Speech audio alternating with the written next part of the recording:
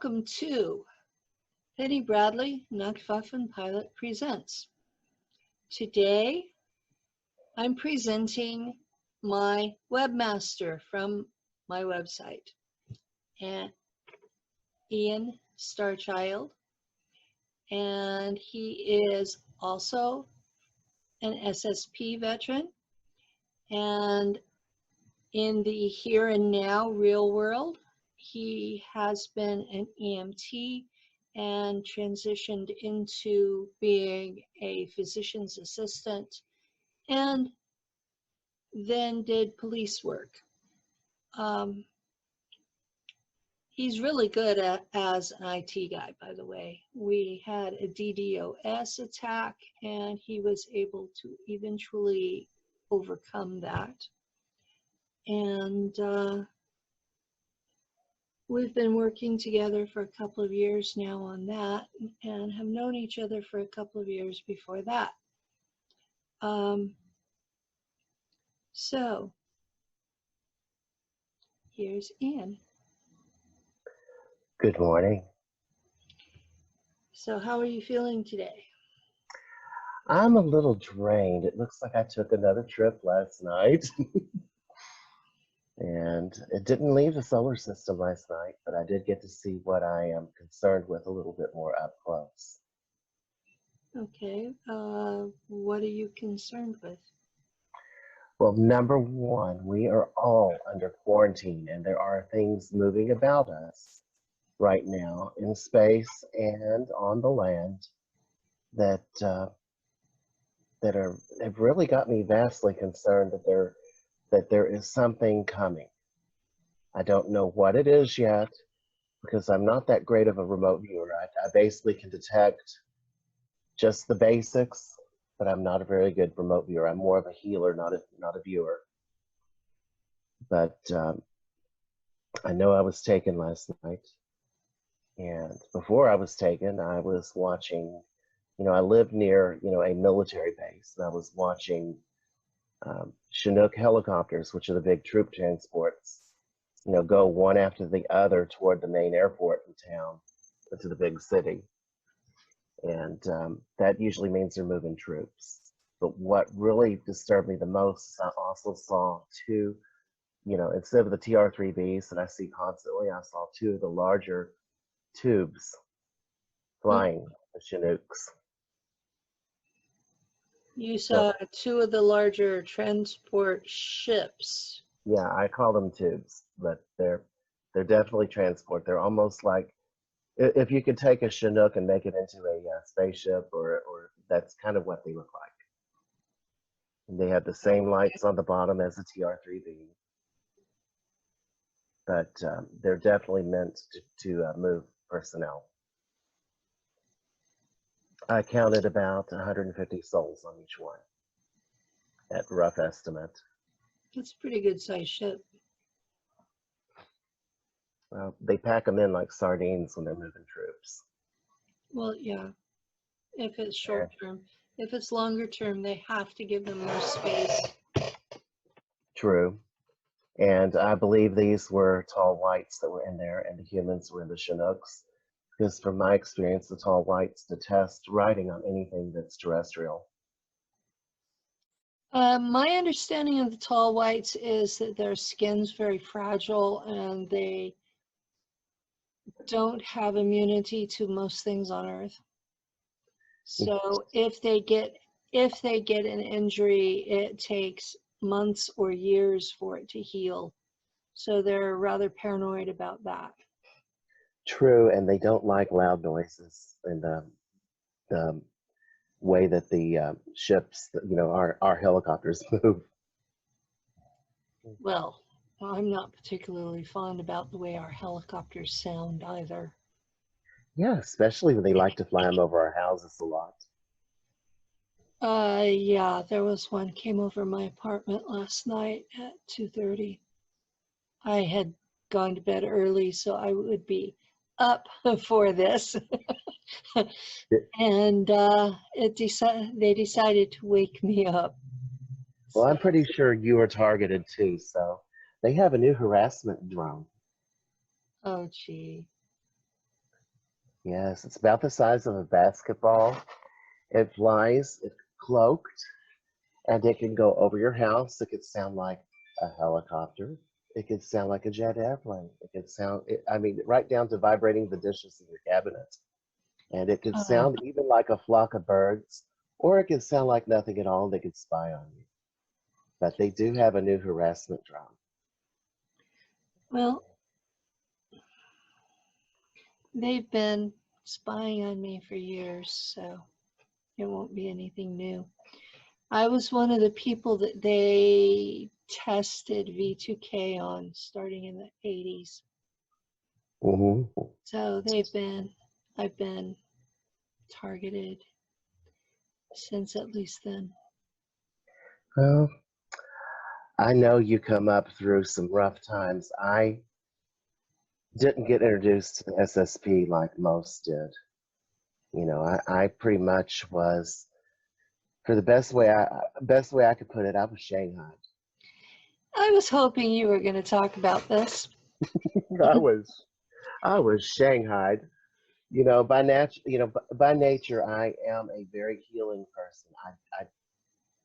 Heck, I even, took in a garter snake the other day because it had gotten injured outside, Mm. and kind of nursed it back the best I could, and then released it. But no, I was Shanghai. You know, when you live next to a military base, and this was during the first Gulf War. I was a very young EMT at that time, and they contracted the company that I worked with, which was basically Yellow Ambulance, because everybody had to start out, with a private carrier, and Yellow Ambulance is a part of Yellow Cab. So they Uh, contracted just with a minute. us. For Mhm. our audience, because we have a lot of younger people, the first Gulf War was in 1989.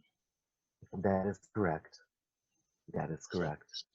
And I graduated from high school in 1986, and tooled around a little bit of college, and then I decided I would, start, because I was poor. I couldn't go into medicine. I couldn't afford it.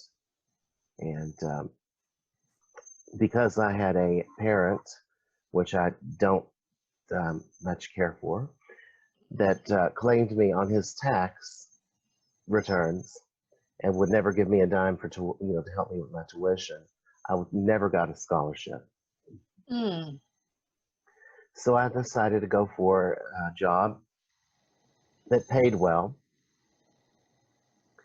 at least at the time. It paid well, and we got through the training in under a year. And I was on what they called the initial part, and I had just gotten turned around to where I could work alone. So Now, this was as an EMT, right? as an EMT, the very basic EMT, getting my experience. Okay. Well, at that time, most of the on-base medics were deployed, and to augment their medics, they would contract through the contracting in services. And I ended up getting paired with, one of the Fort Knox medics out there to, kind of basically be the one that drove or did the grunt work in the back of the truck. Lord knows, when you have a senior EMT with a new one, the new one's going to do all the work. Isn't it amazing how that works? Yeah, even in the SSP, imagine that. Oh, yeah. It's like on the job training. Mm-hmm. Only difference is they don't chip the information right into your head. They just, they're like, here's your uniform, there's the unit, get on it, and buckle up for safety. you know. But anyways, make a long story short, There is a phrase, but I'm going to spare it because I know you don't like cussing. I appreciate that. Sorry, it's holdovers from my old Mormon upbringing, but the thing that I learned very well, early on is, I live in Kentucky, and the base, you can figure out, is the one with the gold vault. Well, you And already said Fort Knox. Fort Knox is, I would say that Kentucky is a natural hiding place for ETs because we've got the world's largest underground cave system just right underneath us. I mean, you can't, it's everywhere. It goes from end to end of the state and into other states.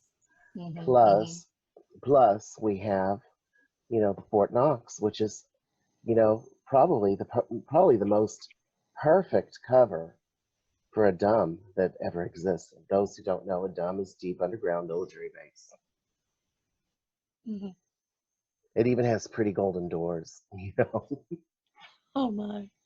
But while I was there, on my very first, run, that significant run, while on base, we had a large casualty. So they called all units, and I was probably one of two contracted, medics that made that run. And then I seen something I shouldn't have. I see. And rather than do away with me, they figured out that they were able to mind wipe the other EMTs. But me being a starseed, it was very difficult for them. It just didn't take. Sorry, it didn't take. I have always had it in my dream, but rather than do away with me, they shanghaied me. So next thing I know, I'm going on missions. And I've been going on them ever since. My dreams didn't make sense until I started talking to you. And Well, I'm glad I was able to help with that. honey, I always thought I was going to publish the next great science fiction novel. Well, you still could. I mean, Oh, but it wouldn't be exactly fiction now, would it? I keep being told I should fictionalize mine, but I keep saying I don't want to mix lies with the truth. Well, why would we even have to lie when the truth is more interesting? Oh yeah, you can't make up this stuff. Oh no. Oh no. If we could, it would make life a little more easy some days. Just like last night, I was taken again. I mean, it's like, I've heard this bullshit thing that they're only supposed to take us 30 times. I've got 30 Yeah, all. I know I've got at least 30 alts out there right now. I've got 90 of them out there, and they still take me on short runs. So I don't think there's a limit. I think it's a limit of how many times they do it. Well, I can tell you straight up right now, and I'm just going to dig right into the meat of the matter. We are being deceived at a level that we have never been deceived, and I'm talking globally deceived, the whole race of any time in history. This virus is bad. Yes, it's going to take out, by the time it's done, it's going to be a slow burn. It is going to take a lot of people out. But this is the time when, I hate to say it, the human race does need calling a little bit. And it is going to take out a lot of our weak. I never consent to the deaths of human beings, nor do I consent to slavery. And that's just me. Well, we can not consent to it. I've seen a lot of death in my day. Yeah. We cannot consent to it, but it is a natural fact, and it is going to happen. This is a virus that I do believe is engineered, and they are targeting our weak.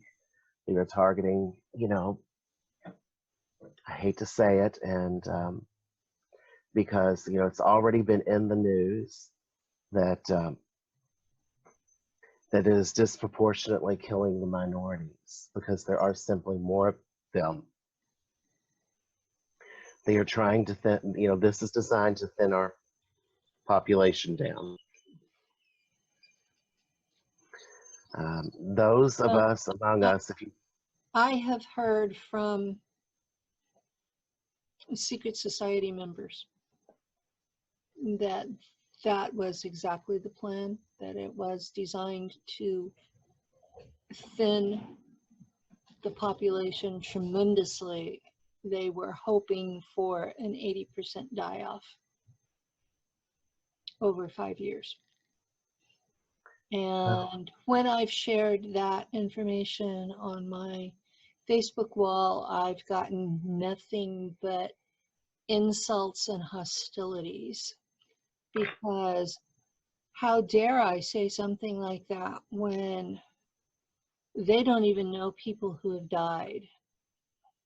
well, I do know people who have died from it. It is not a very pleasant death. Your lungs pretty much fill up with fluid, and you become unable to breathe, and you expire. The report that I read from a respiratory therapist in Louisiana was that people are bleeding out into their lungs and literally drowning in their own blood. That's correct. That's not a pleasant way to go. Although That's the why, alternative is to be put on a respirator and have enough air forced into your lungs to force that blood to not be able to bleed in. And at that point, you're damaging the alveoli. I yeah, probably pronounced that wrong. The sacs in the lungs that actually do the the rupture of oxygen. the sacs. Well, the blood comes from the rupture of the sacs. So the combination is you're damned if you do and you're damned if you don't. My Well, my for the personal opinion is, if I'm in that bad a shape, just let me go. that's pretty much the most humane thing to do. I hate to say it. And for the comfort of our listeners, I didn't want to go into too much details, but it is a very painful, very horrible. It's a horrible way to die. And not only that, you die alone in a hospital room because it is potentially so contagious at that point. Your family can't even be around you. Mm-hmm. Yeah. Um, And there's no one there to advocate for you. And people that are coming in because the hospitals are getting paid more for COVID-19 than they are for other conditions, they're labeling everybody COVID-19 and putting you in a ward so that if you didn't have it when you came in, you do by the time you leave. And people with other conditions are not being treated for those other conditions because they're calling it all COVID-19. that is true. It's a mess. It's a huge mess. And on top of that, because of the shutdown, you're having economic issues where more people may eventually die from the economic issues, as in the supply chain is broken, than Oh my, from the disease itself. Penny, how do I send a link to you? I need you to look at this link. People are not aware because even you and I live in lesser populated areas of the United States. Are you aware that about 6 days ago, New York City issued an order? I think I could do that from here.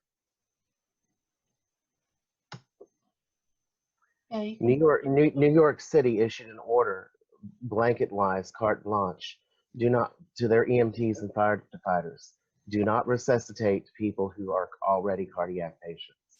So if you're in the middle of a heart attack or whatever, they are not, the EMTs, the paramedics are ordered now, do not resuscitate people on a bulk mass. It's like a triage. Mm-hmm. Oh yeah, They they're issued that yeah. order, and there was such an outrage over it, and the EMTs made it go public and viral. The New York City later rescinded this. The government is already trying to say who is going to live and who is going to die. So if the virus isn't taking out as much people as they claim to, they'll find other ways to kill us. and they're looking to get the weak, the people who are already sick. I am not going to hide it. I have pancreatic cancer. I've already been told by my oncologist that if I were to go into the hospital and need a vent, if it was the hospital was full and the vents were almost all occupied, I would not get a vent. Not that I would want one anyways, because I know I'm circling the drain, and you know, my time is coming. I also know that because I am closer to my time, that my intuitive and my healing abilities have been exponentially increased. You know, it, you know, it is like my sight has been just opened, you know, full. Yeah. But but when I'm telling people that we are being deceived and nobody wants to listen, they need to start listening. This is not a common cold. This is not a flu. This is not something that I am too certain that was made by man. Well, And there are things on the this secret earth that are society not member, necessarily extraterrestrial either, that we have to take into consideration. the secret society member that told me that the bug was real told me that it was designer, that they had built it, that they had combined DNA from several other viruses to create something they thought would mutate over and over so you couldn't get immunity to it, and that each round of the disease would be more intense until eventually everyone who could get it had it. That's And correct. and That's correct. We're going to see other waves of this, and it's going to change. I was told a specific blood type group that was considered to be immune, that those people would not have a problem with it. So, and since I have people of that blood type in my family, it's assumed that I'm a recessive. And this person was telling me in order to reassure me that he thought I was immune to it. And like, you know, here everybody around me is going to die and I'm supposed to be okay, that I'm probably immune to it. I'm like, you know, thanks, but I'm not that cold-blooded. Well, if you take precautions, you know, and if people would stop hoarding and would let, you know, people get cleaning supplies. There are people that have got enough cleaning supplies in their home now to last them for 20 years now, and they're still going out and buying more. You know what? They don't know what else to do is their problem. It's just a fear response. But there are people out there that do need that stuff now, you know, and you know, people need to realize that this is our greatest challenge. We will not even see a war that will challenge us as much as this virus is. And when we finally start going back to normal, it will never be the normal we knew before. This thing has also done something to us psychically. And that's the thing to me that's even more frightening than the virus itself. Psychically, it's making us distrust one another more. It's, you know, where you think that it would build more love between us, it hasn't. There are people that I have seen out that are so selfish that they won't wear a mask to protect another. You know, they just insist on going out. The stronger ones that probably won't get the disease, the young, are going out and partying in the parks, getting the disease. They are non-symptomatic, and they're going home and passing it to grandma and to grandpa. They're passing it to the lady who is diabetic that's the cashier at the grocery store. They're passing it to people that are totally innocent, and they don't care because it's all about me. And this has been engineered into us for a very long time, Penny. The day that they really took a lot of the discipline out of school. There are no consequences for behavior anymore. It's all about the self-esteem of the child, and there's Um, no. when I'm a bit older than you are. Um, a bit, Not that much. um, but I remember what the big change was in the 80s, whenever Ayn Rand's books influenced the Republican Party. Yes. That was when it became cool to be selfish. Hmm. And before that, we would look out for each other. And since then, we don't. And the Democrats also read into the same, propaganda. They just interpreted it different. Um, my opinion is that underneath, both parties are the same. They serve Hmm. the corporations, they don't serve the people.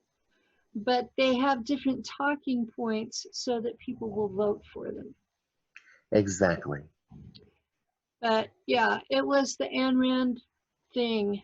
I mean, Yeah, Ron Paul even named his son Rand after her. yes. So, I was not ready to point that out. And I know him, and he is not a very bad guy. He did my eye surgery, but just a couple years back, and saved my vision, or at least his clinic did. good. But, like I said, going on with the big deception. Yes, that is part of it. And this generation that's come up after that they have no regard for people. They have Well, removed the they've never, capacity of compassion. they've never seen it in action. So it's a foreign concept to them. Well, they've never been drafted into a war. Yeah. They're, the people that we have, the God bless the soldiers that we have now, because they really are there at their own volition, unlike some of us who got shanghaied, you know. But That's a good word for it. Yeah. at least, I got kidnapped when I was 4 and pulled into that world. I couldn't imagine being pulled in as a child. It was hard enough getting pulled in as an adult. And, as a child, at least your mind is open and you can see more of what is going on in the levels of the dimensions around you. But as an adult, most adults, they would see things that they could only interpret as horrors from science fiction. Fortunately, I was able to see, being a starseed, things that others, haven't seen. To me, seeing a ghost or a dead person was everyday thing. Yeah. I didn't I But didn't talk I didn't talk about it. I learned at a very early age that when the counselors are talking to you and asking you if you see visions or dead people, I would say only in the concept of my religion. And being Mormon, that was good enough. my daddy was a preacher for the Church of Christ. And you being where you are, you know about those folks. Oh yeah, they're always trying to convert us, and we're always trying to convert them. And if he couldn't see it, I was lying. And Exactly. and if I was lying, I got a beating. And I'm not talking about a couple of swats on my backside. I'm talking about a beating where I'd have trouble walking. You'd And have to repent. and it was just, it took me, well, I was 4, and it took me till I was about 8 before I figured out what he could and could not see. And over it was a slow process, and as I figured out what he could and could not see, I stopped getting beaten for it, because I would stop talking about what I knew he couldn't see.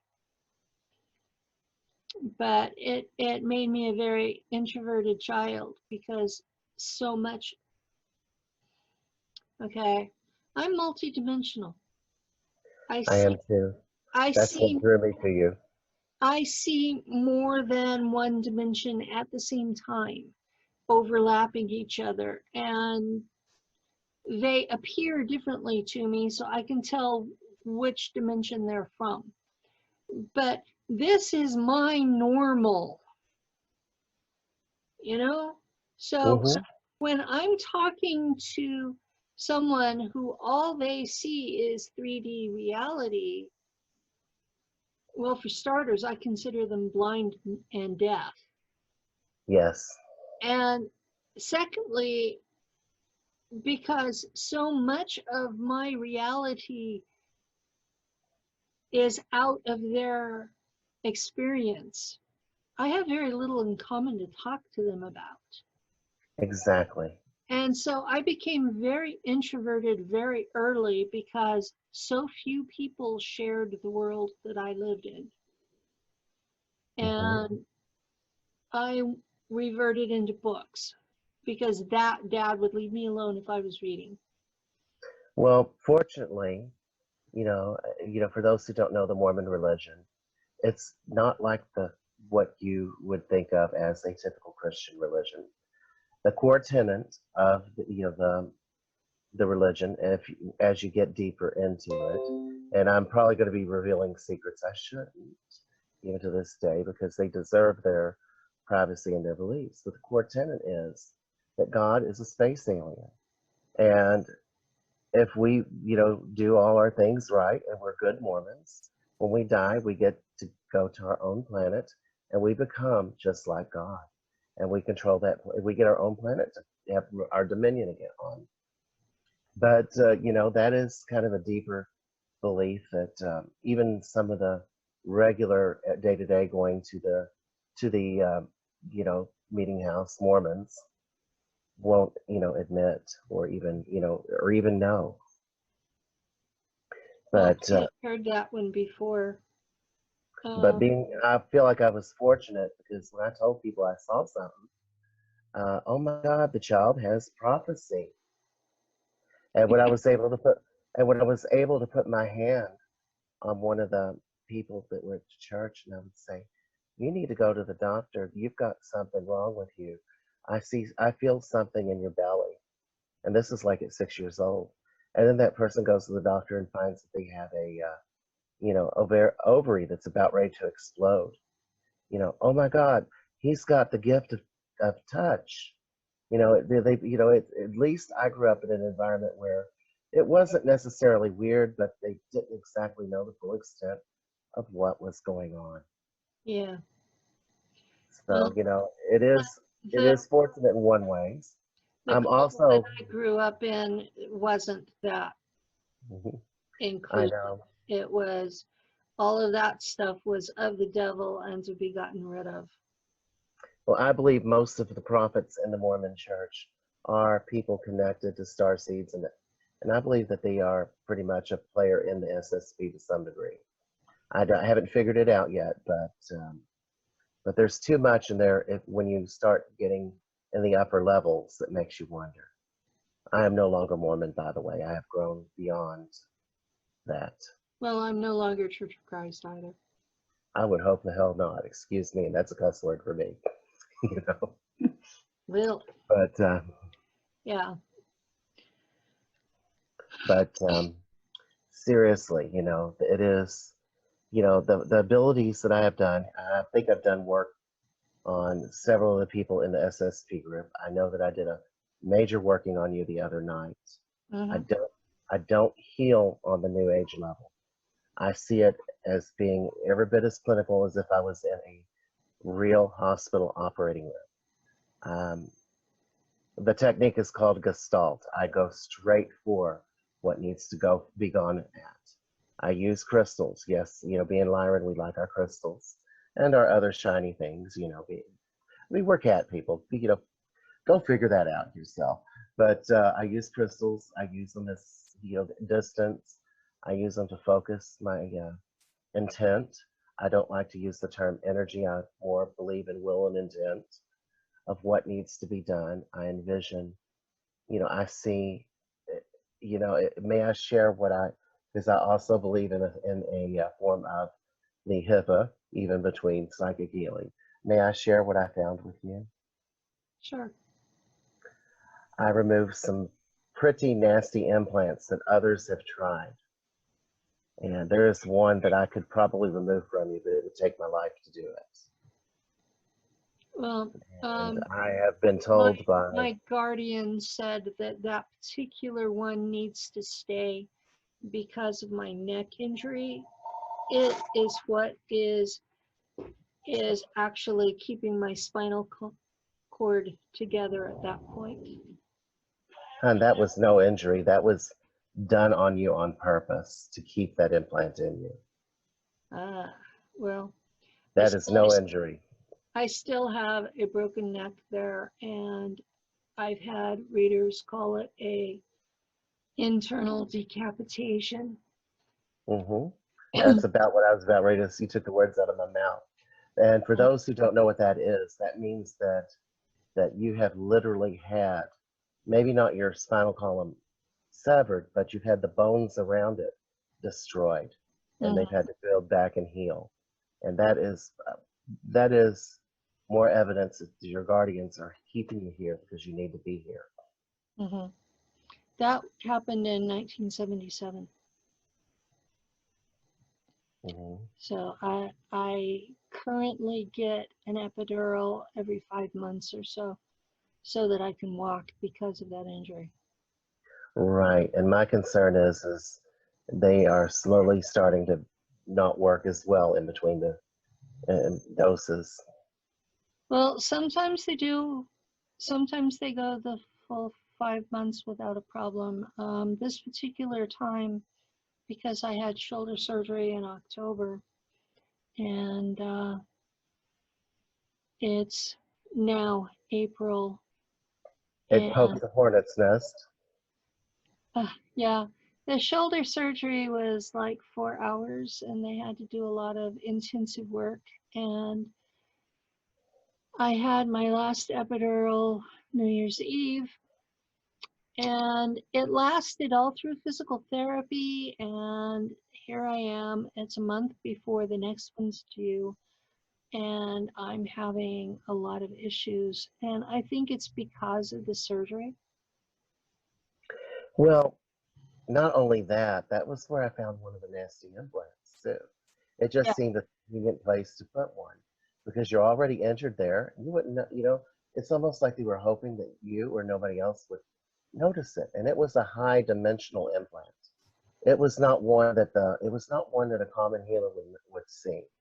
I could see implants probably in about 20 different dimensions, other than the four that we know right now. Okay. And I also have come to realize that consciousness itself is its own dimension, which that one will probably take your listeners a little bit to wrap their minds around. Well, I had figured out that at the quantum static field level that underlies all reality, that was basically just pure consciousness. Right. I tend to call it dimension zero because it exists before any other dimension, because it actually touches every dimension known and unknown. It's the gateway to travel the dimensions. And when you really start looking into the consequences of that understanding, it changes how you interact with almost everything. So that is true, because it truly proves everything is interwoven. Well, it kind of just tossed me right into pantheism. Yeah. Everything is God because everything is conscious, because even down to how atoms, electrons, protons, what everything is made out of is pure consciousness. That is correct. So yeah. That's why you can have a car in your driveway that you never do maintenance to. You never regard it with any care. You let it sit in the weather. You don't wash it. You let it, have the sun beat down on it. And because you've never used it, when you finally go out to use it, it doesn't work. But you can have that same car, put it in a garage love it, care for it, and it will, you know, that's my mom. Sorry. But yeah, she'll call probably 4 or 5 times a day. Can I mute this for just a second? Sure.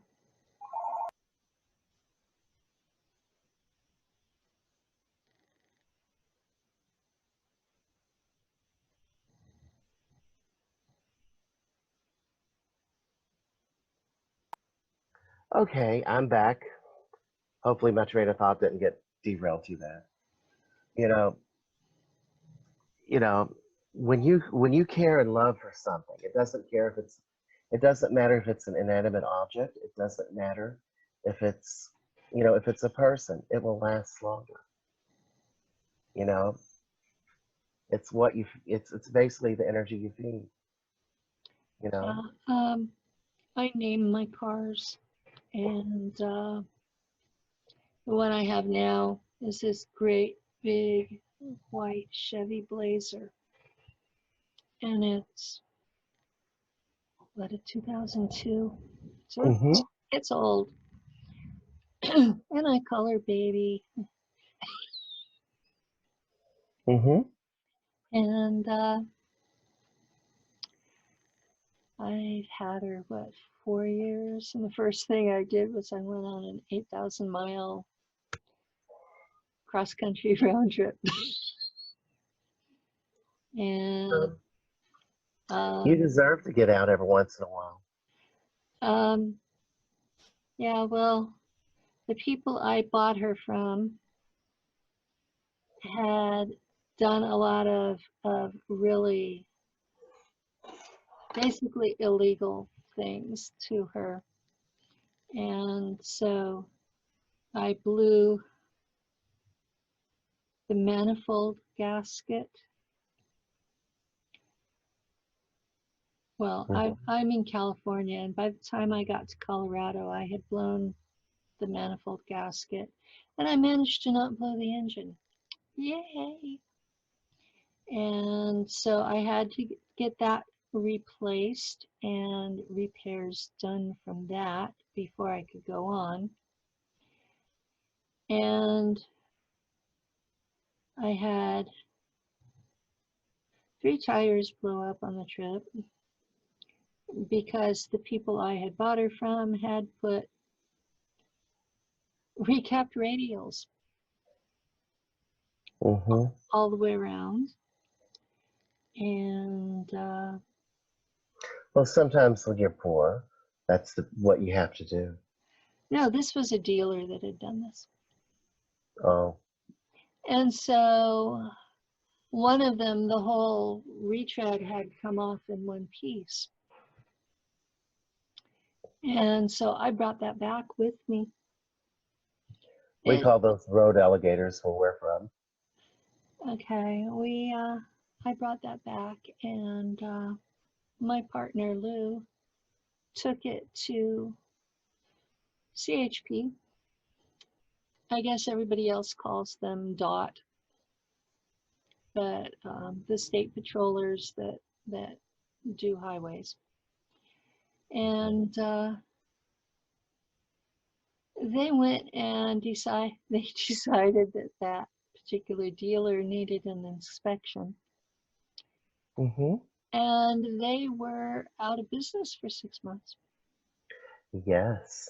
You know, the greatest curse that I could ever bestow on a business that's done me wrong is an IRS audit. Well, Anyway. this was a car dealer, and we turned them over to California Highway Patrol. Well, pulling back, you know, I do a little bit of healing and on the side, but that's not all I do. That's what made me, for the best way that I could put it, because I've got a guardian too, but she is a hot mess, you know, and as she put it, that's what made me shine to them, and that's why they wanted, you know, me to. That's why they wanted me, and it seems like I don't have a moment's peace. It seems like you know, if I'm not if I get taken by one group on Monday, I'll get taken by a different group on Tuesday. a different group on Thursday, and then another group on Friday, and then I'll just have an ET come along and mess with me on the weekend just for fun. I You have know, two space factions that take me, Kruger and Nacht Waffen. well, Kruger tends to treat me as a very respected doctor. Yeah, I know that. I have an alter in Kruger who rescued your ass. More than once, probably. Huh? More than once, probably. Well, I have full memory of once. Um, you were doing surgery on a hospital ship, and we were in a battle, and that ship, that your hospital ship was about to be lost, and we literally pulled your ass out of surgery. Yeah, that was the one and only time I think I ever was fully in command. Yeah, well, we pulled And I blew it. your ass out of surgery and onto my ship, and you were on the bridge with me because I was the pilot. Actually, that one was more of a cockpit than a bridge. And we I was watched, probably not very happy. oh, you were pissed, livid, until you watched your ship be destroyed and realized that you would have been lost with it. And at that point, you decided I wasn't so bad after all. Well, the bad thing about Kruger is they don't have all the elaborate means of cloning and soul transference as a lot of the other factions do. They usually work in joint operations to get that going. But Kruger, you know, they do use doctors more than others. Kruger does have the soul transfer and clone abilities. You just haven't seen it because almost all of their assets are in clone bodies. Yes, they do, That's but they're why they have to use doctors, is because if you put a clone body into Nacht Waffen's regen tanks, you will come out with a perfectly healed clone without the consciousness of the person who had been overlaid.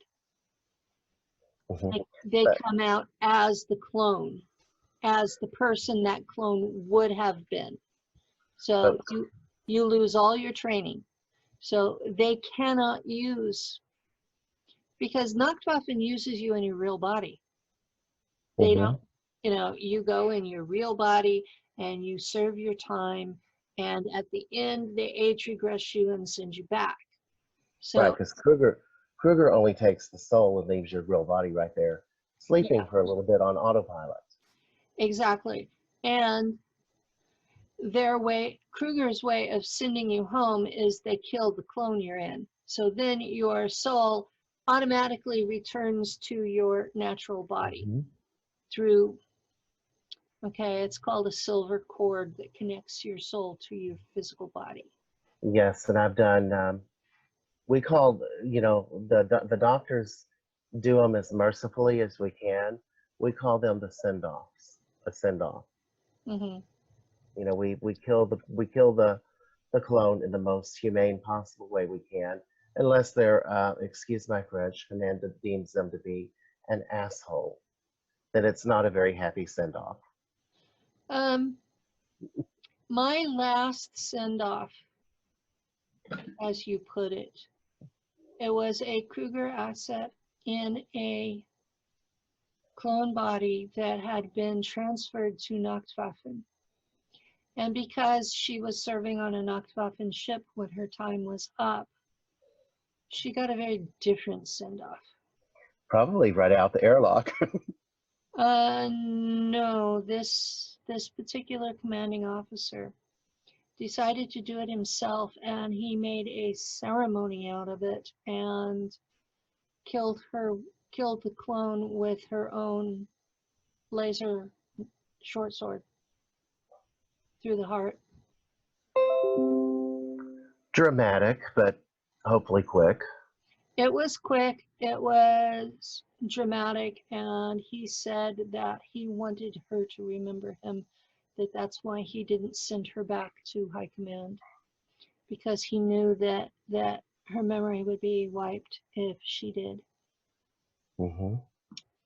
So Well, he said, I'll see you in Valhalla. mhm. And and Of all the groups that take me, Nacht Waffen's not my favorite because the first thing they like to do is usually encase me into some god awful armor, I've and never had that with them. well, they tend to find ways that that is a better way to control me than to mess with my mind. Believe me, it is. They can make that armor very uncomfortable. Oh, I believe they could, but you must be somebody that really pisses them off. Well, I for piss me, them off regularly, for and they've me, never done that for, to me. for me to do what they need me to do, they can't put mind control in me.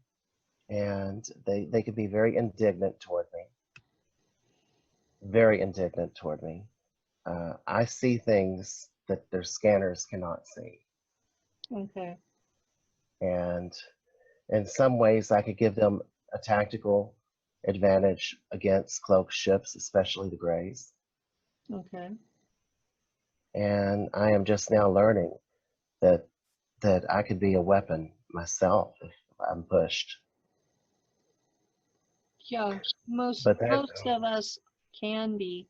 Most of us have been weaponized so that whatever our psionic abilities naturally would be, those have been weaponized. And exactly. And it's not pleasant. It's not pleasant to know that I could be pushed to the point where I could literally destroy the occupants of a ship and leave the ship intact for it to be boarded and and data mined and whatever they need to do. mhm. That's one of the things that I've been doing with my Facebook group of SSP veterans is I've been trying to teach them the ethics of how to handle their their weaponized psionic abilities on a here and now Earth level civilian life. Teach them. What I've basically done is taken the rules for how to be a white witch and Mm-hmm. and applied them to the situation. Um, For the audience, the difference between a white witch and a black witch is a white witch respects your free will and does Mm-hmm. not act without your consent, where a black witch doesn't care and will do whatever she wants, or he. But why do you think they call it the Black Fleet? I thought they called it the Black Fleet because the ships were mostly black and the uniforms were mostly black, and because the officers drink black goo. Mm-hmm. That and they don't give a shit. Like you said, they don't care. They. Well, my memories of being an officer is that we are given orders either from high command or from the Draco, and that we go and we carry out those orders. And the understanding is that whoever we are sent against has broken the rules and deserves this. At least that's what we're always told. But That's what we're told. And a military command operates by obedience, always, always. So, always. even when you test humans, you find that if they have an authority figure that they believe actually has authority, that they'll obey. Mm-hmm. This is what the human animal is hardwired to do. Well, we were engineered that way many years, millennia back by Mm, the ones that created us on Earth to begin with. yeah, the ETs who interbred with Homo erectus and created us. Mm-hmm. That's why And that's why we are the only hominid on Earth that has 46 chromosomes instead of 48, because true. they took out They took 2 of them and combined them into our second chromosome, which is Mm-hmm. twice as long as all the rest, Mm-hmm. so that we would match up with them genetically, so that there would be fertile offspring. Yes, and the thing that also you have to take into consideration is when I'm on a Nacht Waffen ship, what are most of the people who are involved with Nacht Waffen? What is their root starseed race? And what is my starseed race? I am not trusted. I'm Um, not liked. Most of the people on Nacht Waffen ships are Germans, Earth Germans, Terrans, and they're quite proud of being 100% Terran. And Right, but they're controlled by the Draco. they're it Or they get it's a Lyran's contract, because it's how they lease their territories from the Draco Empire. Is they give military service in exchange for the land. This is a true. contract, and it's not that the Germans want to be vicious, it's that they are fulfilling their contract. True, but I'm a Lyran, and you know what the Draco feels about a Lyran. Well, I'm surprised we I've get been shot up with Draco DNA, and the Germans treat me like I'm some sort of a freak. bingo. And Bingo. that's their military code is even set where that the folks like me have trouble living it, because we're not allowed to defend our honor in Nacht Waffen military. Exactly. So I'm always at a shave tail, the very bottom of the officer class, because I have to be an officer to be the navigator, and that's my best use for them. But every time they give me a promotion, I end up back at shave tail, because the Draco portion of me cannot live under the German military code. Bingo. So their military code is set up for 100% human. It's not set up for anybody else. Exactly. And when you got somebody that is not human in there, they don't trust you. And that for some reason, they don't, I don't get taken by them often, only when in dire need. They don't trust me. I They, get they taken by absolutely them. don't, I get taken by them more than anyone else. because you're a good navigator. And they have told me, High Command has told me, that I will never be allowed to die, because I am of too much value to them as a navigator.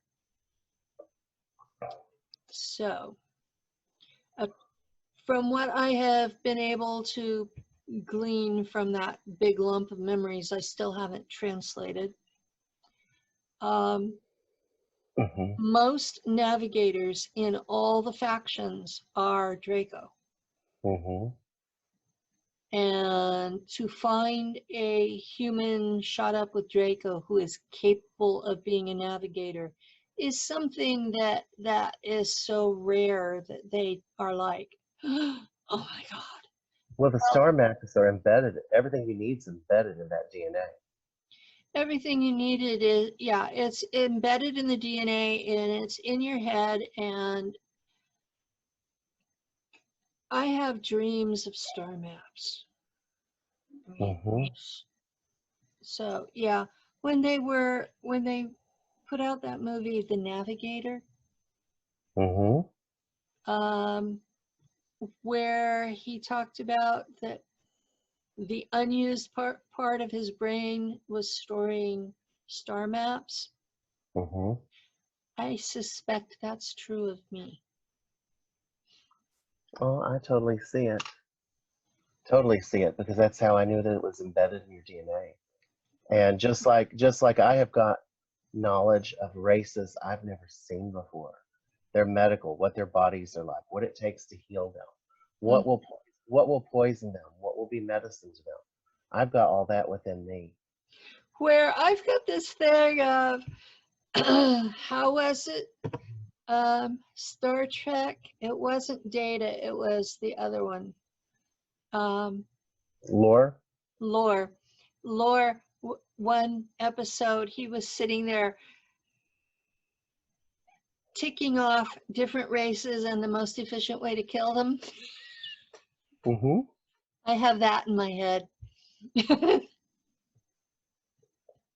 I think that comes with part of our training. Yeah, I'm pretty sure that was part of my military training. We all on Mars.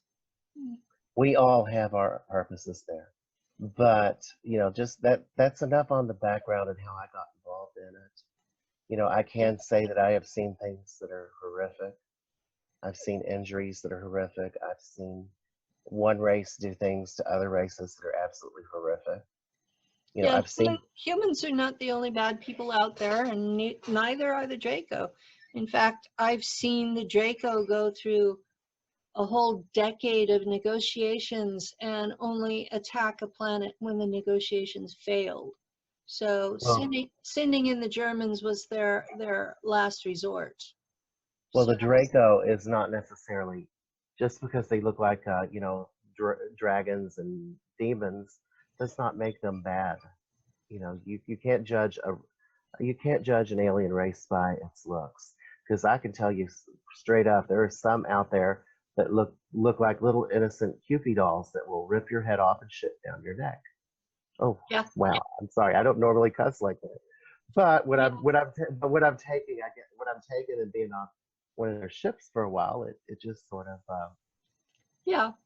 you know, that's the language that's used on the ship. It But is. they It, but it's the way that the lower officers and the enlisted speak on the ships, and but there are some that are just the absolutely more the more often I'm used on a ship, the more I cuss in these interviews. the there are some races out there that are so beautiful and so innocent looking that you are drawn to them. Let me tell you something that I have learned with the ET races. The prettier they are, the bigger a predator they are. Yes, and I have said that over and over and over, and people argue with me on a regular basis. But the more they look like us, the more attractive they are to us, the nastier they actually are. So Which when you're like calling will in all of these unknown ETs through CE5, and you're not putting any limits on who can answer, you're mhm, asking for the nasties to show up. And they will, because they have no boundaries. because they're nasty. Duh. Exactly. You Yeah, know? duh. Yeah, And and and I look I and look at that's these gonna people and I'm like, yeah, you and guys, that's gonna and that's gonna segue to what I'm seeing more and more in my city and around the military base and around the surrounding communities of that military base. We have got more tall whites living in the plain open in my area than probably anywhere else on earth. It's like they don't even try to hide themselves anymore. And they are very pretty, you know, they are very they're attractive. gorgeous. And they, I don't believe all of them are bad, but oh my goodness, the bad ones, they're not just bad. They're, to quote Mae West, they're really bad. Really, And really bad. I've had interactions with an assortment of tall whites, and I know that they're in two factions that don't like each other. And one of them has been here basically forever, and before there were humans. And they are mostly in Tanzania and Australia. Hmm. The ones that are in the United States are doing a covert invasion, to the best of my information. And Hmm. they have they have hooked the American government on a slow drip of advanced technologies and addicted the US military to this, And that's why the military is allowing them to invade us.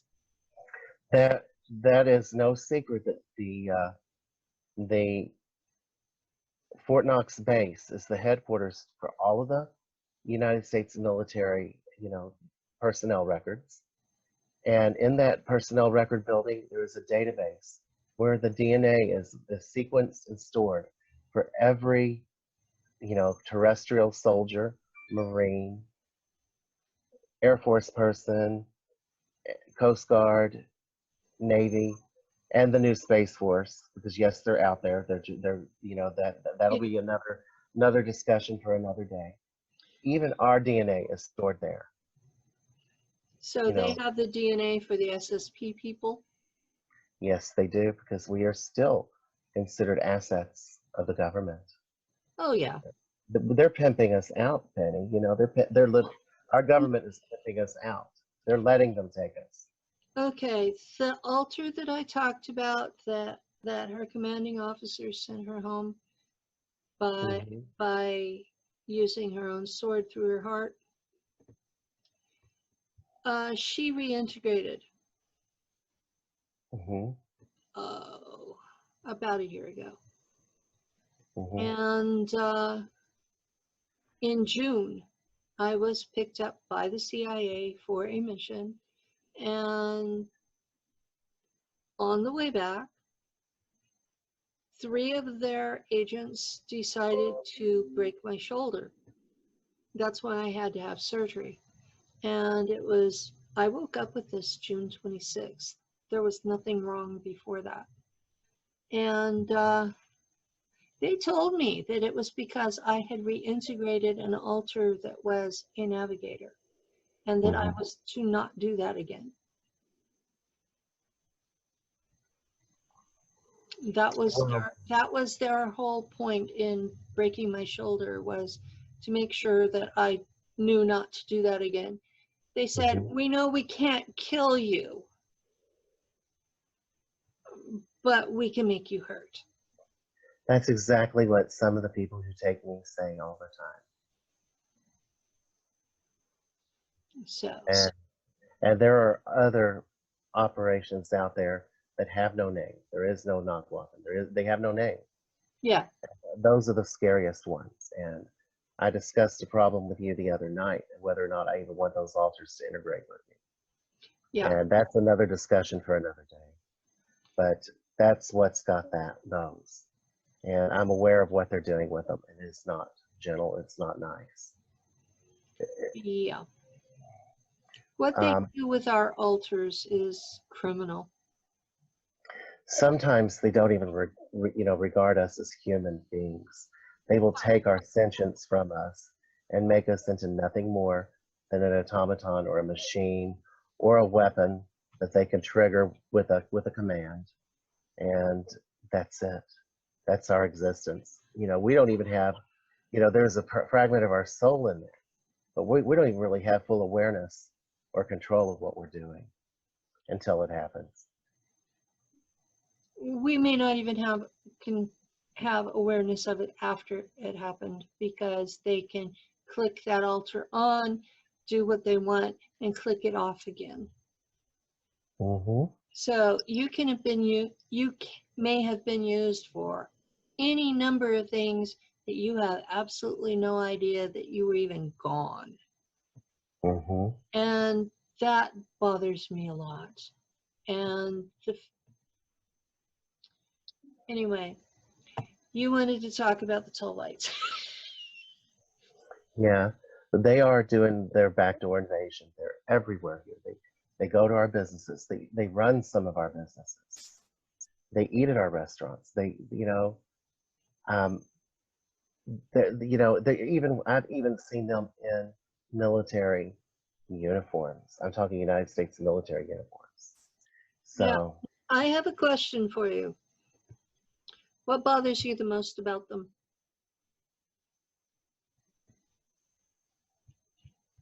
Probably when they look at me, it's like, I know what you are, and you better not say anything about what I am. It is a very creepy, unnerving look. And, you know, I, I get it from the Dracos. They're usually more kind and gentle about it. I get it from the Nordics. I get it from other Lyrans, which I've only seen a handful because there's not many of us left at this dimension. I get it from a lot of different races.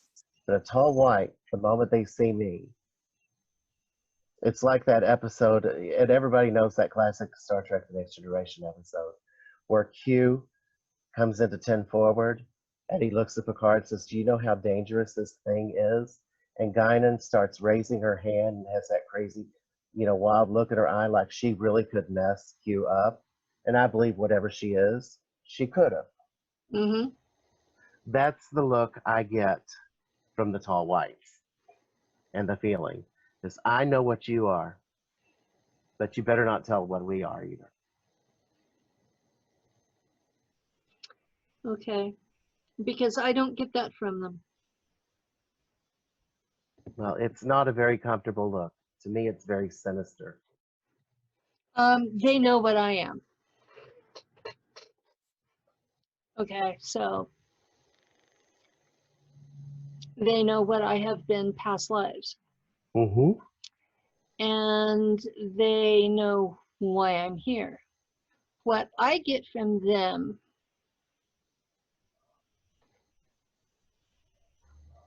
is mock kiss ass. Mm-hmm.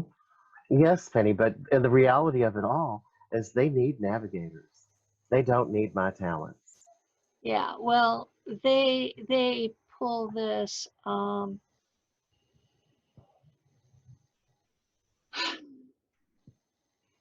Can you give me just a second? I'd like to go grab another drink. I'll grab one too. Sure.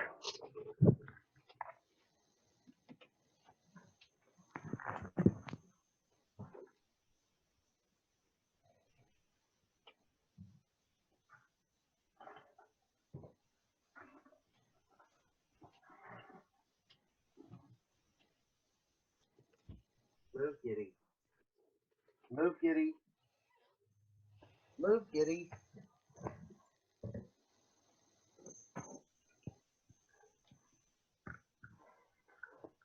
Oh, and they know we're talking because I feel my electrolytes dropping. So I got my Gatorade. Okay. Well, I did a conference last year in Las Vegas. And there were two tall whites that showed up. Oh. And Lou and I knew what they were immediately. Mm-hmm. And apparently no one else did. They just went through, acted like they were a couple of older gentlemen, and they basically looked like Korean War veterans, which there aren't very many of those left. Yeah, they like to masquerade as, you know, older people for some reason. Because you don't look as close at them because of the wrinkles and stuff. Mm-hmm. But they told Lou that they had intel that I was in danger, and that's why they were there. And I ended up, this guy had a massage chair that he was trying to sell, and he was giving everybody samples, and you know, he basically just sort of said, you sit in my chair, here, push. Mm-hmm.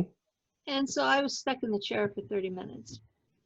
So the one of the guys, one of the tall whites, sat in the chair next to me while I was captive, and he's talking, just chattering at me. We ended up talking for about an hour, and he told me all kinds of weird things, and he was trying to pick my brain to see at what point I was going to admit that I knew what he was and such. I never did. I just sort of, I kept it a what telepaths call a front door conversation. Mm-hmm. So, He knew. He knew exactly what I was. But he was asking me, oh, you're the one they call the pilot.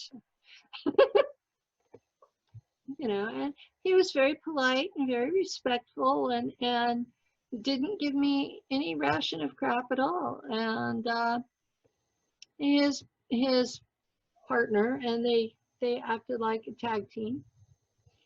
Um, his partner was more nervous, but I have interdimensional guards that go with me everywhere, and I'm sure the guards were getting in their face and Mm-hmm. making it clear nothing was going to happen to me. Mm-hmm. And it went rather well. They came to the presentation that I did with James Rink and Mm-hmm. asked appropriate questions, you know, things that you would expect for people at a conference to ask. And I thought they were rather well behaved. And then last year in September, Lou and I met with some friends in Vegas. They Mm-hmm. they were from out of the country, and we went to Area 54, which is where the West Coast tall white base is. Mm-hmm. And the ones there would not present themselves physically. We couldn't see them, but they were just chattering away at me telepathically. And Lou could also hear them. And I don't know if our friends could or not. Well, the ones that are there probably are not as free as the ones that I have here. The ones at Area 54, we went to a place, the Temple of Sekhmet, and I was sitting inside the temple on a cushion, and my mind was just being popped with questions. And we were negotiating a solution to the problem. Mm-hmm. And they weren't happy with what I came up with. But I told them, no invasion. You either assimilate and share all your technology and become us, or you go home. And they were not happy about that at all. But my thing was, they are blue collar Shahami, Anunnaki. They Mm-hmm. are the lower classes of the Anunnaki. Mm-hmm. And we already share DNA with them. So if they were going to bring their people here and assimilate as one species, I would not have a problem with that. But But some of them are. if they think they are going to come here and take over the planet and have us as slaves, no, I'm not okay with that at all. They cannot breathe our air long term. We can. Mm-hmm. So if they want to come become us, that would raise the average IQ, that would raise the tech levels, that might solve some of the problems that we're having with living in harmony with nature. Mm-hmm. And it would make this planet better prepared to protect ourselves from other predatory races out there. And yes, I consider the Anunnaki to be a predatory race. Yes. And so are we. Mm-hmm. I've already say we share enough DNA with them that. In a lot of ways, we are them already. We're just not as smart, and we don't have the same psionics that they do. Hmm. but they haven't been subjected to the same kind of mind control that we have either. No. But Penny, let's move on a little bit more further on. Yes, they are among us. And yes, I see them, and they have been at that. That is, that's like one of their, we there are things more than just them here. Our world is host to hundreds of races, Mm-hmm. and they all, and most of the people see them as just other people. I went to a little Chinese restaurant. I think I've shared pictures with my friends there, Yep. and they're very peaceful. They're refugee aliens. There's not many of them left, and the tall whites like to harass them, but that's another story. But you go in and they're here. There's races that are here, and all in the world they want to do is nothing more than what we want right now. They want to have a safe place for their family. They want to raise their family in peace. They want to just be a part of the community. The majority of some of the smaller races, care deeply about us because they want to assimilate. Mm-hmm. Um, they want to assimilate. We have got a lot of peaceful races here now, but the ones that are jerks and the ones that are just, there's nothing that we're going to do short side of, inviting them to leave, unfortunately. And I'm afraid things are about ready to get even more interesting because, like I told you, my gift is not remote viewing. But when it's something that I could see and something that I can detect, like all of a sudden a bunch of souls appear to where I could see them around Jupiter to the point where I was able to zoom in on them and see those asteroids. I don't know if I've entered this into the conversation, but there's at least almost 24 asteroids right now, very large ones that are they're interstellar. They come into our solar system and then they stopped in orbit around our sun's soul in the vicinity of Jupiter, and they are within the line of sight of Earth. They're massive. These are actual massive interstellar objects that appear to be almost perfectly spheroid asteroid rocks, and they're full of souls. I do not know what race this is. I do not know what their intentions are. They're good at shielding. Well, that's Uh, interesting. I know the that one at the the, one person I know that could break through. Every time I've approached her, oh Lord, every time I've approached her, she basically she doesn't have any problem with scanning you and finding out who you are. She's not very trusting. I'm not going to name names, but she's very powerful, and I respect the hell out of her. And being what I am, I'm kind of shy. I don't like approaching people, anyways. It took me probably a year or two before I had the courage to approach you. And then some of my and then some of my messages to you, I'm sure you probably were laughing harder than that. I'm like, people tell me I frighten them, and I'm like, me? And then I think about it and go, well, depends on which altar they approached. Well, it reached a point where you just finally said, "Okay, enough with the bullshit. I already know about you, so let's talk." And that's when I felt more comfortable to let my guard down. Good. I do like to cut to the chase and get through all the bullshit. But I just didn't know exactly how to approach things. Things were intensifying.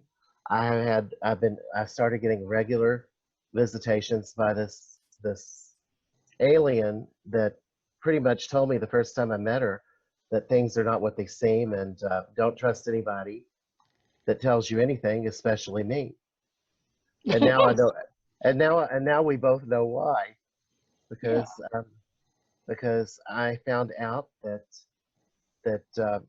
historically she is Scheherazade. Ah, You know, and I found that out last night. She is Scheherazade. That's what another one that's like her called her. She said, you know, this other guardian that come in and was talking to me said, you just don't understand. You are talking to Scheherazade. She will tell you whatever name she wants you to call her, but you're talking to Scheherazade, the biggest bullshitter that mankind has ever known historically. You're talking, and that's why we don't mess with her. Okay. Well, So that explains a lot. But out there, we've got something out there. We got this COVID thing that's got us locked down. mhm. If they were going to do disclosure, now's the time to do it because we're already got our attention so diluted, you know, and convoluted that Well, now is the they time. just released 3 heavily edited videos about UFO contact. They didn't Mhm. identify the race of the UFOs, but Mhm. the military just released 3 of them.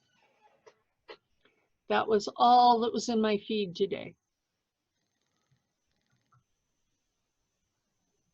Interesting, to quote Mr. Spock.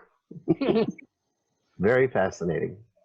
Yeah, well, um, throwing a monkey wrench into the whole disclosure thing is that between now and 2025, all of the ET treaties that were signed by Eisenhower are coming up for renewal.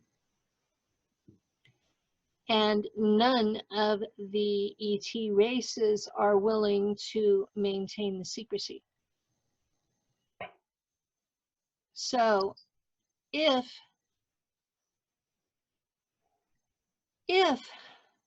the government wants to keep this ongoing feed of steady drip of ET advanced technology, they're going to have to admit that's where it's coming from. And I don't think the government's particularly happy about it, but they like the drip. So we're suddenly getting a lot of information plopped in our laps. And Looking for the perfect escape? You'll find it in Camino Winds, the What the intriguing new hell? novel by John Grisham, America's favorite storyteller. I'm sorry if you heard that. yeah, I was trying to get this link from CNN that I'm putting in the chat for you.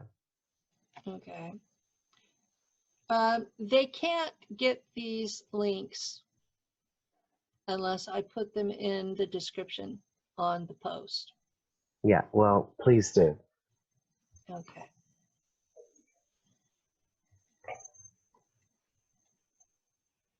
So, my question is if they want to thin our population down to 80%, you know, by 80%, what are they trying to make room for? Um, Because 80% population reduction, it's not going to do a hill of beans to our environmental problems. What are they trying to make room for? well, I think that it's different groups doing different agendas separately. And yes, I have wondered what they were making room for as well. And there's too many possible races that it could be. Exactly.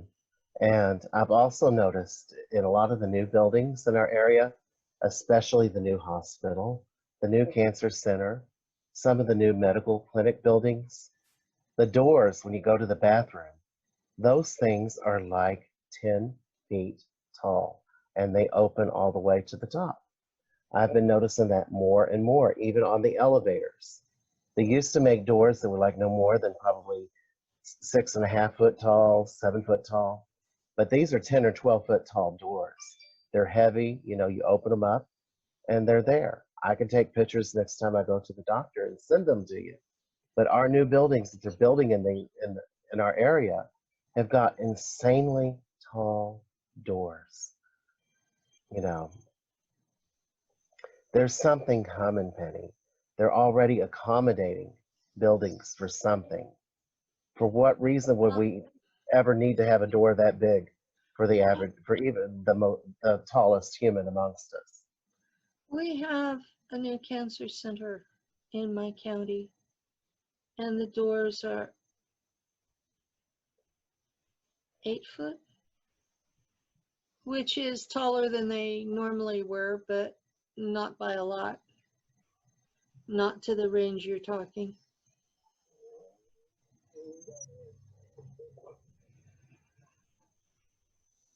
What happened to your sound? I'm here.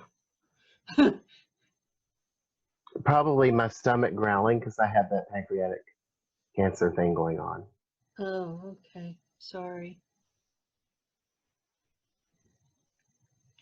But yeah, we have a new cancer center here. It opened about 6 months ago. So, and yeah, the doors are about 8 foot instead of the normal 7. Well, even at my primary care doctor, there's a glass door at the entrance to her clinic. Pardon me. Granted, she's on the 10th floor of an office building. The thing goes from the floor to the complete ceiling. I've been noticing small things like that. Well, tall whites are normally around 8 foot at their tallest. They're our size, well, tall human size until they get in their old age, and then they suddenly get real tall. Mm-hmm. That's why you usually don't see those unless you're around a base or around an enclave of them. Yeah. You normally see the younger ones. Mm-hmm. And they have, yeah, my understanding about their contract, their treaty, that they are demanding the right to live and walk among us anywhere they want to go. But if we touch them, they have the right to kill us. And for me, that's no. Mm-mm. If you're going to live among us, you have to deal with us as an equal.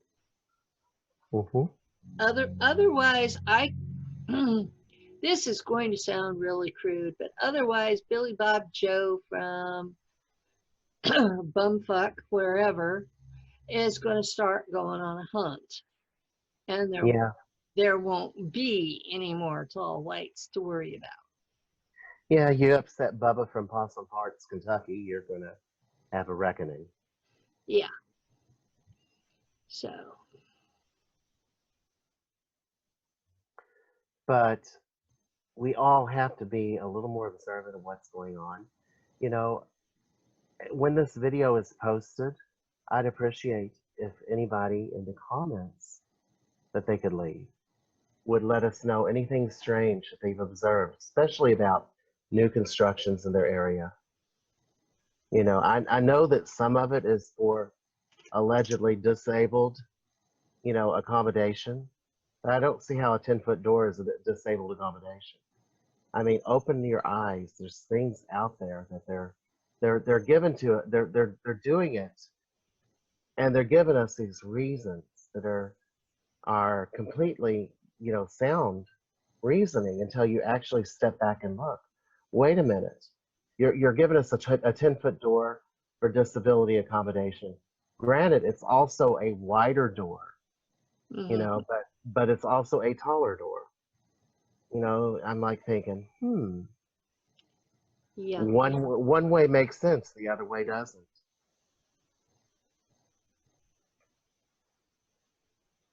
And we also need to start paying attention more to how we're treating one another.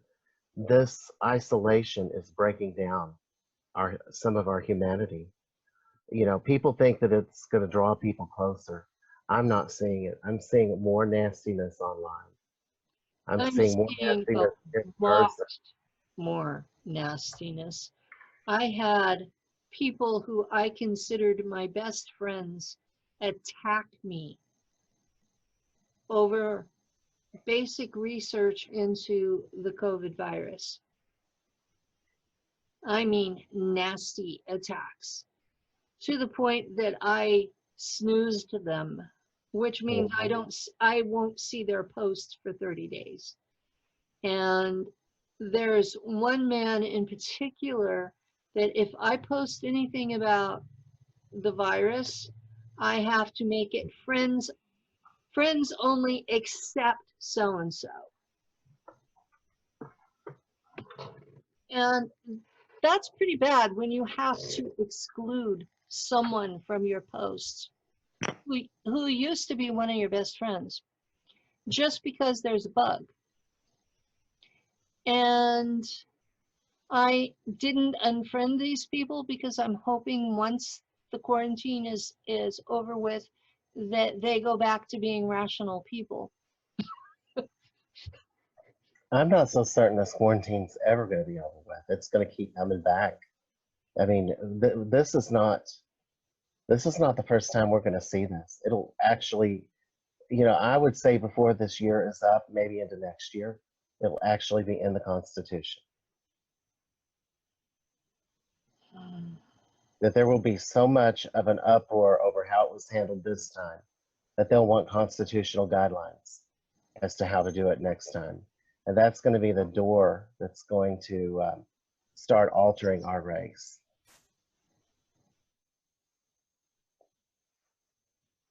There's already talk of it in my state where our governor has just absolutely went draconian. Telling us, between Kentucky and Michigan, we've got governors that are telling people they can't buy flower seeds. That's ridiculous. You can't buy flower seeds. You can't buy certain home and fruit. Beautification of your home is not essential. Repairs are.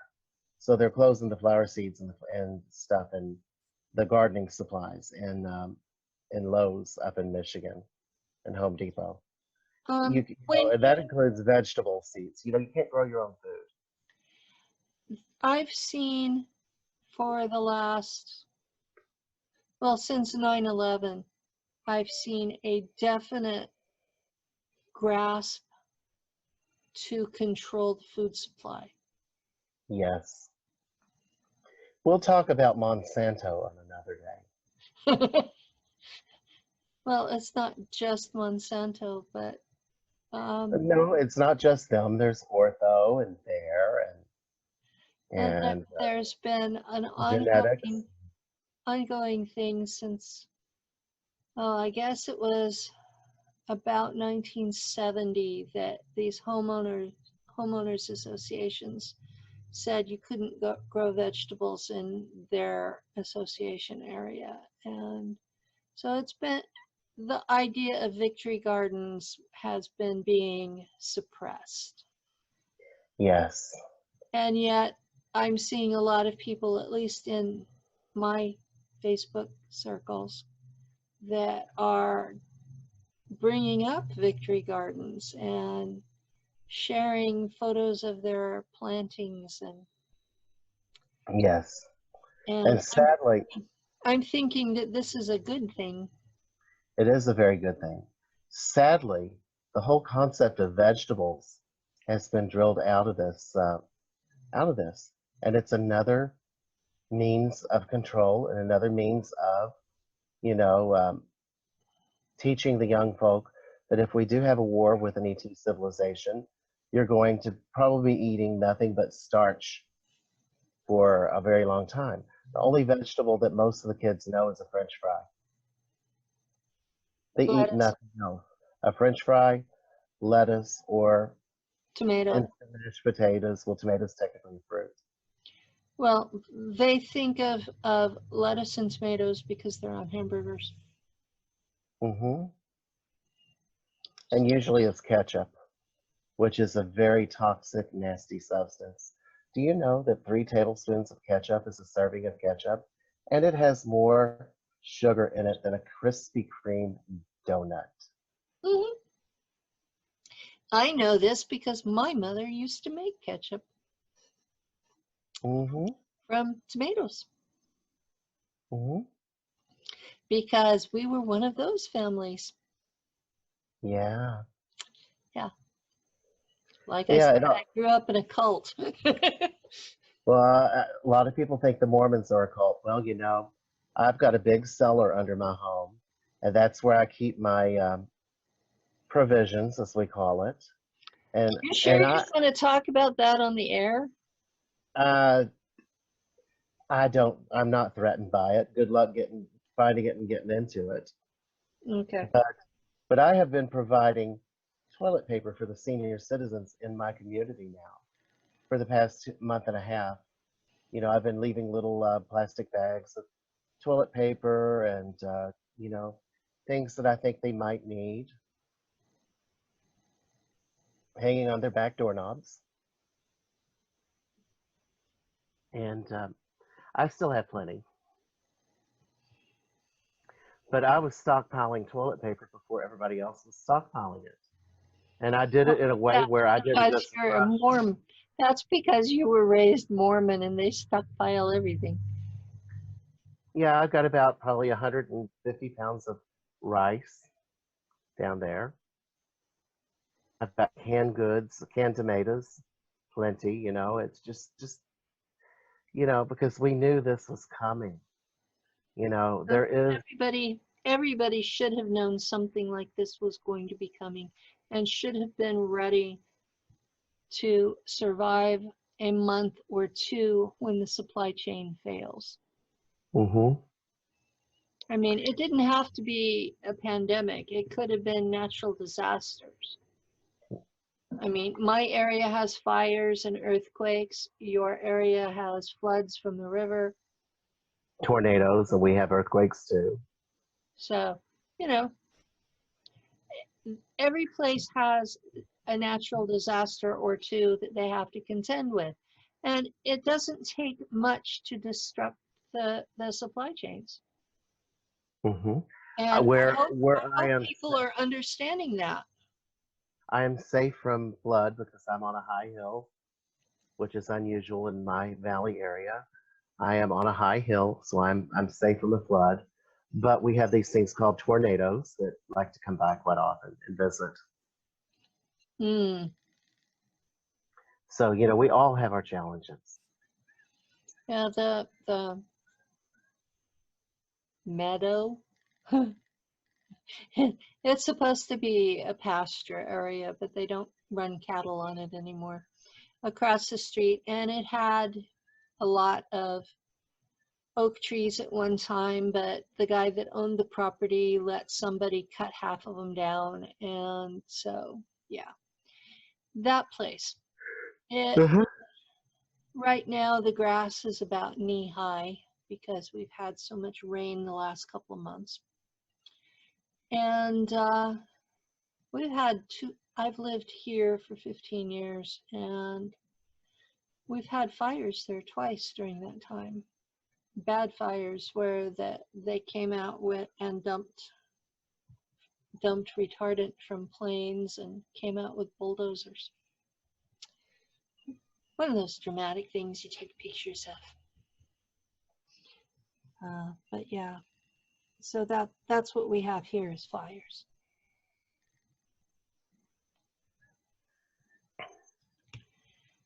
Well, was there anything more you wanted to toss in?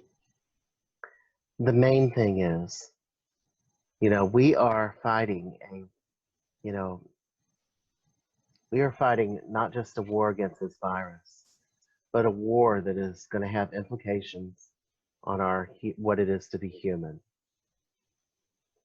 Mm-hmm. I'm telling those around us right now, don't become cruel. If you're going to post anything on Facebook, ask 3 questions. Is it kind? Is it true? Is it necessary? And then seriously take a step back and think about those questions before you post or answer a post or make a comment. Because I've seen a lot of pure viciousness. There is something more going on than just a virus against our bodies. There's something that is out there that is a virus against our spirits.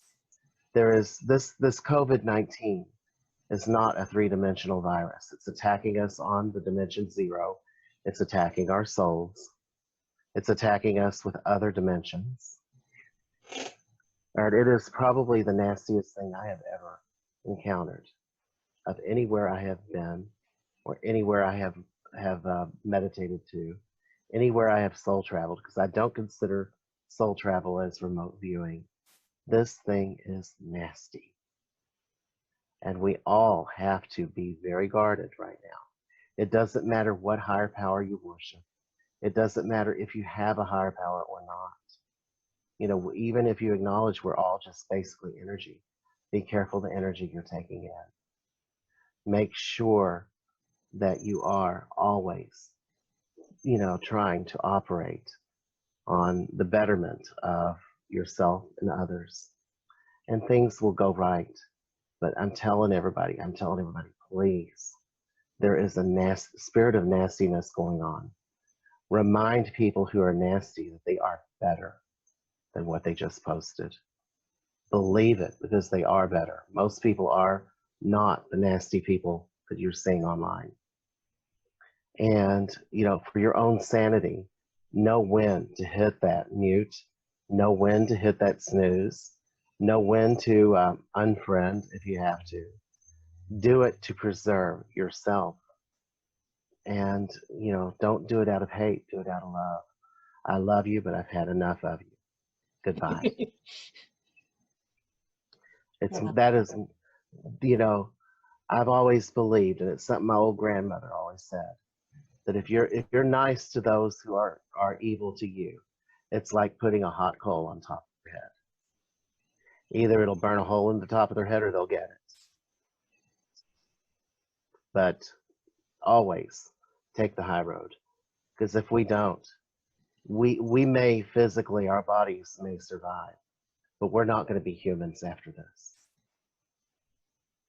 We'll be no better than some of the ones that are coming here that have, you know, disavowed their emotion and stopped acknowledging their souls, like the Greys. Matter of fact, there is a theory that that the Greys are actually from, you know, the future, and they are us. This could be exactly how the Greys develop. So the best way to win that war right now is to not let it happen. I don't know if you have anything to add, or if Mr. Lou sitting back there in the back has any wisdom to add, but I think we've just about said enough. Well, I think we've pretty much covered the territory. Thank you for coming. Well, I hope this won't be my last. Well, I hope not too. And the folks who want to get a hold of Ian for his healing, he's available on our website, Space Portals with an S, .net. I do have to remind people that healing comes at a price to me. I have got my own stuff that I'm working on. Do not be offended if I don't take your case. It's not that I don't care. It's just that I only have so much to give. I don't believe in this Reiki and it's all around us stuff.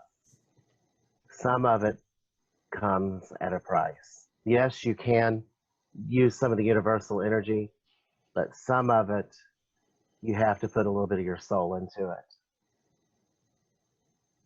I'll help who I can, I promise. Okay.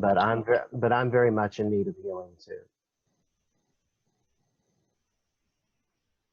Well, with that, thank you for coming, and I'll get this up as soon as I can. No worries. No worries. But I'm always willing to give advice.